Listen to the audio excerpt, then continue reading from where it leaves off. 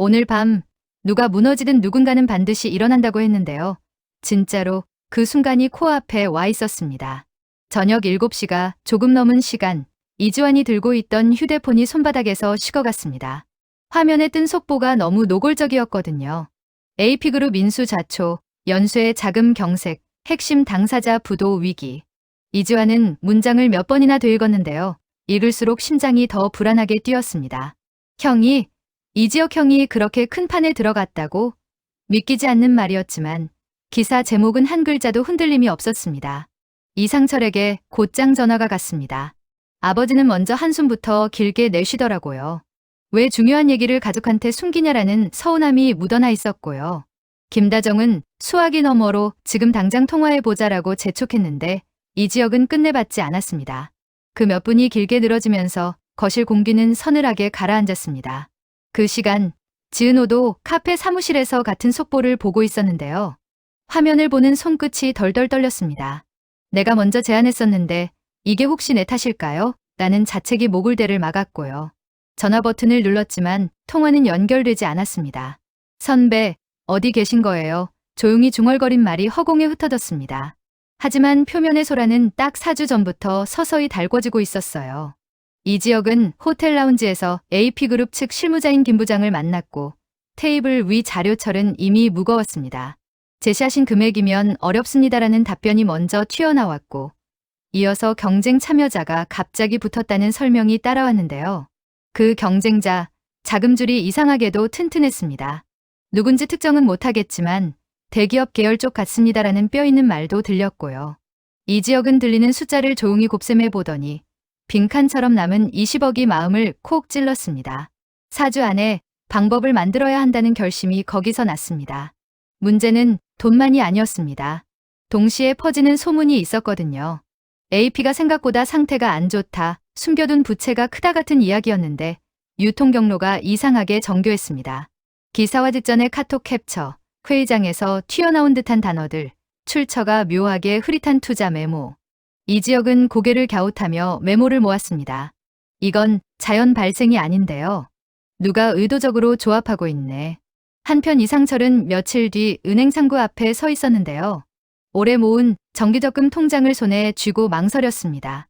다정이랑 여행 가려고 아껴뒀던 돈인데라는 생각이 목에 걸렸습니다.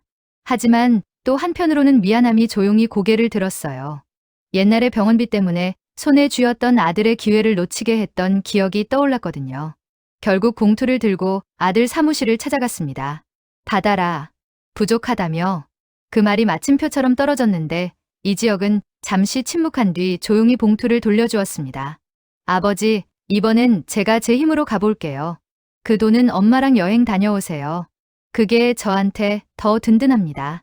이상철은 그 순간 낯선 기시감을 느꼈습니다. 어린 시절 방법은 있다라고 말하곤 했던 자기 목소리가 아들 입에서 또렷이 되살아났거든요. 그리고 전혀 다른 축에서 물밑의 톱니가 돌아가고 있었습니다. 고성희는 법률 자문과 재무팀을 따로 붙여 경쟁자 쪽 입찰선을 교란했는데요. 가격을 한 번 더 올려보죠. 진지하게 포기할 정도로요. 그녀는 담담히 그렇게 말했습니다. 왜 그렇게까지 하느냐는 질문에는 아무 설명 없이 서류철을 덮었고요. 그녀의 마음 한편엔 급박한 시계가 따로 있었는데 한우진의 간 수술 일정이 더 이상 뒤로 밀릴 수 없다는 압박이 그 시계를 쉼없이 흔들고 있었기 때문입니다. 은호가 저 청년과 더 얽히면 우진 수술이 꼬일 수도 있겠다라는 불안이 이성보다 먼저 움직였고요. 그래서였을까요? 일부 투자자에게 전해진 부실 루머는 출처를 알 수 없게 분해되어 흘렀고 경쟁선의 페이퍼 컴퍼니는 자본을 감췄습니다. 이 와중에 박성재는 흔들렸습니다. 아버지 박진석과 재혼다정의 복잡한 경로를 따라가다 보니 낯선 자금 흐름이 자기 집안 쪽 그림자에 닿아 있었거든요. 지혁아, 내 판이 누군가 의도적으로 흔들리고 있어. 그게 우리 집안 쪽에서 나온 신호일 가능성이 있어. 이 말은 쉽게 나오지 않았습니다. 친구를 지키려면 가족과 마찰을 피하기 어려웠거든요. 하지만 박성재는 결심을 굳혔습니다. 이번만큼은 우정편에 서자. 지은호는 더 혼란스러웠습니다. 카페를 접고 인테리어 프로젝트를 늘리자고 먼저 제안했던 것도 본인이었는데요. 내가 등 떠민 거면 어떡하지라는 죄책감이 밤마다 눅눅해졌습니다. 그런데도 이 지역의 문자 하나는 오지 않았습니다. 괜찮아. 조금만 기다려줘. 단 17글자였는데 그 말투에서 이상하게도 흔들림이 느껴지지 않았습니다. 이상할 정도로 단단했거든요. 그리고 어느 밤 이지혁은 변호사와 회계사, 그리고 박성재, 민 회장을 조용히 불러 모았습니다. 테이블 위에는 도면처럼 생긴 계획서가 있었어요. 표지엔 리커버리 라인이라고 적혀 있었습니다. 진짜 인수선은 이미 끝냈습니다. 다만 공개는 뒤로 미룹니다. 모두가 놀랐는데요. 그럼 지금 떠도는 부도설은요? 라는 질문에 이지혁은 낯빛 하나 바꾸지 않고 답했습니다. 가짜입니다. 하지만 그 가짜를 흘린 사람의 꼬리를 잡으려면 우리가 더 침착하게 뒤를 밟아야 해요. 위험하다는 반응이 겹쳐졌지만 그는 한마디 더 얹었습니다. 은호를 위험에서 빼려면 지금 팔끝을 밖으로 뽑아야 해요. 그때부터 움직임이 촘촘해졌습니다. 통신 내역은 합법 범위에서 기록을 남겼고 회동을 잡는 시간대를 따로 체크했습니다. 작은 균열 하나가 실마리를 내주었는데요. 경쟁자 라인의 법인 카드 결제지가 특정 변호사 사무실 일정과 묘하게 자주 겹치더라고요. 그 사무실은 고성희의 자문 라인과도 링크가 있었습니다. 자금줄을 한 번 더 추적해볼게요라는 회계사의 말 뒤로 화살표는 몇 번 꺾이다가 낯익은 계열사의 사각지대에서 멈췄습니다. 한편 한우진의 상태는 하루가 다르게 예민해졌습니다. 간 수치가 불안정하게 요동쳤고 담당 의사는 수술 윈도우가 길지 않습니다라고 조심스럽게 말했습니다. 고성희는 그 말 앞에서 마음이 더 거칠어졌고요. 은호만 설득하면 다 정리된다라고 생각했는데 정작 지은호는 지금 이 지역의 풍파 한가운데 서 있었습니다. 선배 곁을 떠나라는 건 결국 저보고 아무것도 하지 말라는 거잖아요. 고성희는 그 문장을 듣는 순간 표정이 굳었는데요. 오래전 자신이 보육원 앞에 내려놓고 돌아섰던 작은 손의 체온이 번개처럼 지나갔기 때문입니다. 나는 그때 그 선택밖에 없었는데요. 그 말은 입술에서만 맴돌고 밖으로 끝내 나오지 않았습니다. 결정적 장면은 예상보다 빨리 왔습니다. 다음 주 초 재계간담회 명목의 대규모 브리핑이 잡혔고 초대장에는 피닉스 홀딩스라는 이름이 박혀 있었습니다. 이 지역이 단상에 섰을 때 박성재는 뒤쪽에서 조용히 팔짱을 꼈고요. 김다정은 손을 꼭 잡고 있었고 이상철은 오랜만에 제대로 선 넥타이를 손끝으로 다잡았습니다. 지은호는 자리에서 숨을 길게 들이마셨고요. 두 가지 말씀을 드리려고 모셨습니다. 이 지역이 차분하게 운을 뗐습니다. 첫째, AP 인수는 완료되었습니다. 현장 분위기가 술렁였고 둘째 문장이 이어졌습니다. 둘째, 시장에 퍼진 부도설은 사실이 아닙니다. 누군가 조직적으로 만든 이야기였고 저희는 그 근거를 확보했습니다. 뒤이어 스크린에 흐른 것은 금융흐름 요약과 통화 요약문이었는데요. 특정 계열 법인의 페이퍼 체인이 어떻게 경쟁 입찰자에게 연결되는지, 그 시대표가 어떻게 루머 전파 타임라인과 겹치는지가 일목요연하게 정리돼 있었습니다. 그때 사람들의 시선은 자동으로 한 사람에게 모였습니다. 고성희는 눈동자를 조금 내리깔았는데요.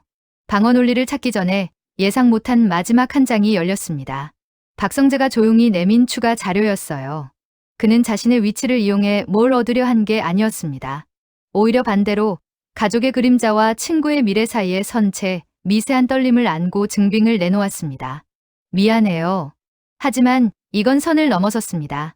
박성재의 목소리는 낮았지만 분명했습니다. 브리핑은 격정적으로 끝났습니다. 확정 판결은 아니었지만 그 자리에서 최소한의 진실은 고개를 들었거든요. 이후 수사와 법적 절차가 이어질 거라는 문장이 따라붙었고요. 이 지역은 마지막에 한마디를 덧붙였습니다.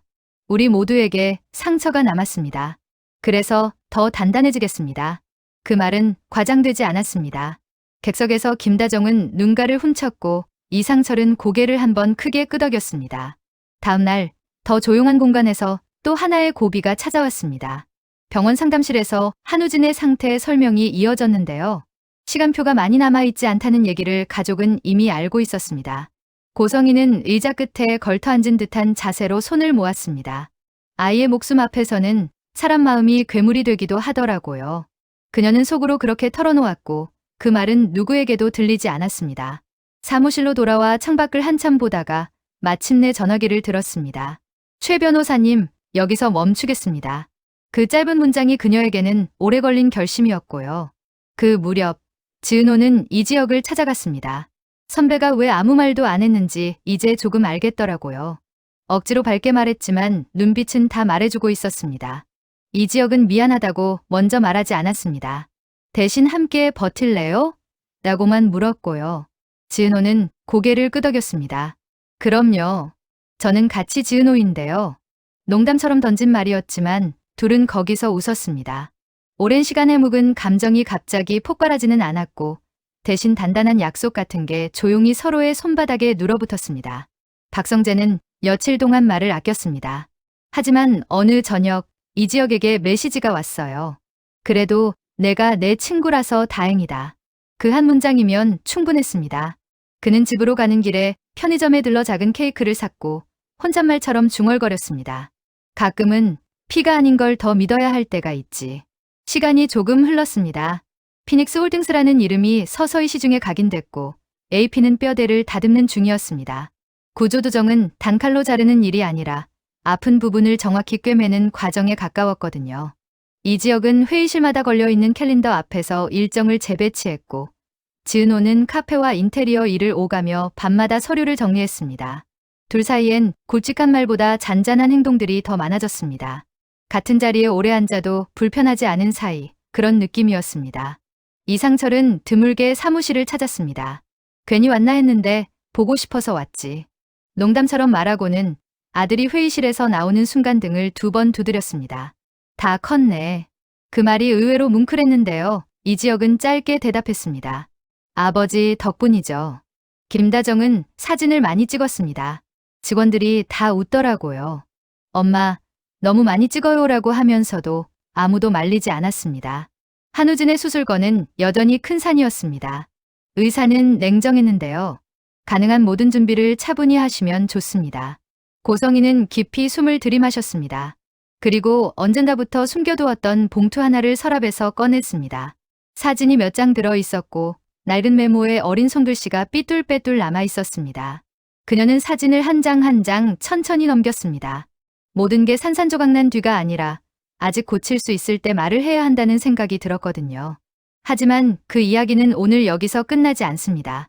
누구에게 꺼내야 할지, 어떤 자리에서 꺼내야 할지, 그때를 기다리는 침묵도 때로는 용기였습니다. 그리고 마지막으로 중요한 말이 하나 남았습니다. 이 이야기에서 누구도 완벽하지 않았는데요. 실수도 했고 오해도 컸습니다. 그래도 한 걸음씩 서로 쪽으로 걸어가 보면 의외로 가까운 곳에 답이 있더라고요. 우정과 사랑 사이에서 망설이던 마음, 가족과 책임 사이에서 흔들리던 어깨, 그리고 병실 앞에서 손을 모으던 사람까지. 각자의 사정은 너무 달랐지만 다들 한 가지를 배웠습니다. 무너지는 소리 한가운데서도 다시 세우는 소리는 들린다는 것 말이에요. 이제부터 진짜의 시간이 시작된다고들 하죠. 피닉스라는 이름이 괜히 붙은 게 아니었습니다. 불길을 통과해야만 다시 나는 새처럼 사람도 그렇게 단단해지더라고요. 그리고 그 길 옆에 지은호와 이지혁, 박성재, 이상철과 김다정, 아직 말하지 못한 비밀을 껴안은 고성이 어려운 산 앞에 선 한우진이 조용히 서 있습니다. 다음 장에서 누가 먼저 손을 내밀지, 어느 말이 먼저 심장을 두드릴지, 그건 우리 모두가 같이 확인하면 좋겠습니다. 구독과 좋아요는 좋은 영상을 제작하는데 큰 원동력이 됩니다. 끝까지 시청해 주셔서 감사합니다. 다음 영상으로 찾아뵙겠습니다.